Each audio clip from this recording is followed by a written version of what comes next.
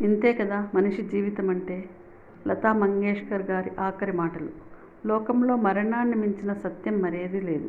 అత్యంత విలువైన బ్రాండెడ్ కార్లు నా ఇంటి గేట్లో ఉన్నాయి. నేను చక్రాల కుర్చీలో తిరుగుతున్నాను.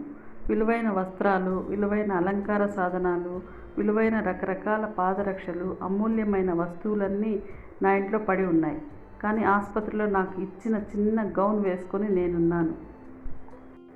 నా బ్యాంక్ అకౌంట్లో డబ్బు చాలానే ఉంది. కానీ నాకు ఏది ఉపయోగం లేదు ఇప్పుడు. నా ఇల్లు ఒక రాజభవనంలా ఉంది.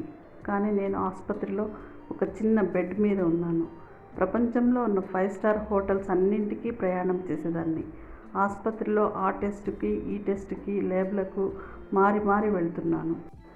ఆనాడు నిత్యం శిరోజాలంకరణ వారు వచ్చి శిరోజాలు అలంకరించేవారు. ఈనాడు నాకు శిరస్సుపై శిరోజాలే లేవు. ప్రసిద్ధి చెందిన హోటల్స్లోని ఆహారం తింటూ ఉండేదాన్ని. కానీ ఈనాడు పగలు 2 మాత్రలు, రాత్రి 1 చిటికెడు ఉప్పు. ప్రత్యేక జెట్ విమానంలో ప్రపంచమంతా తిరిగేదాన్ని.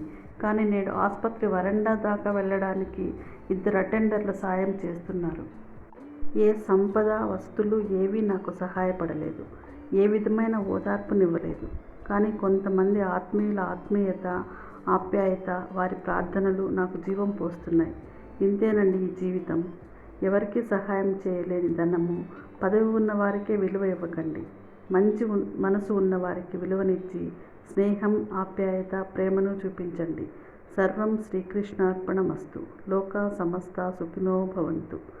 రేపటి తరానికి బతుకు భద్రతలతో పాటు భారతీయత కూడా నేర్పించండి.